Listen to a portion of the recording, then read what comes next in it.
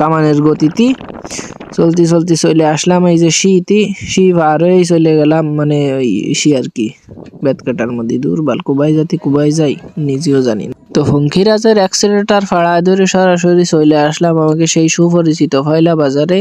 তো এই সুইচ গেটের সামনে দিয়ে ঢুয়ে চলে যাব ওই ব্রিজের কাছে, মানে উল্টো ফার্স্টে ঢুকবো, ঢুয়ে ফিল্টেম ফার্স্টে বাড়বো আর কি।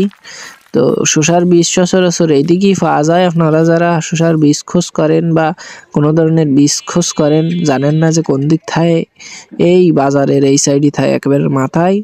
তো এই জায়গায় এসে এক ভাইয়ের কাছে জিজ্ঞেস করলাম, ভাই বললো ওই সামনে আছে, দেখেন কি ওই খাম্বার গোড়া একটা দোকান আছে, ওই জায়গায় পাওয়া যায়। তো আর অল্প একটু সময় সামনে যাই ফঙ্কিরাজরে থুয়ে চলে গেলাম সরাসরি দোকানে, যাই শসার বীজ নিলাম।